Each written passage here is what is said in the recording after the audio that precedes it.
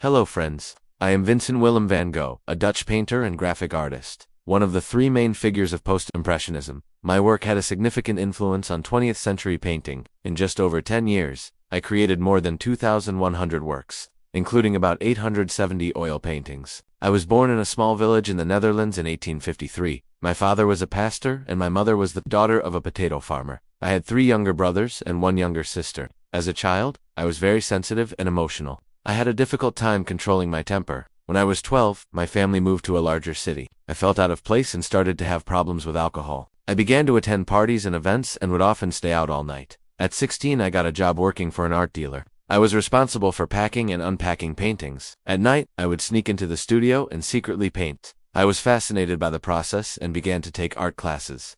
In my early 20s, I met a woman who became my first love. We had a son, but she eventually left me. I was devastated and began to drink heavily. In 1876, I started working as a full-time artist. I traveled around the country, living in poverty and sleeping under bridges. During this time, I painted some of my most famous works, including the potato eaters and sunflowers.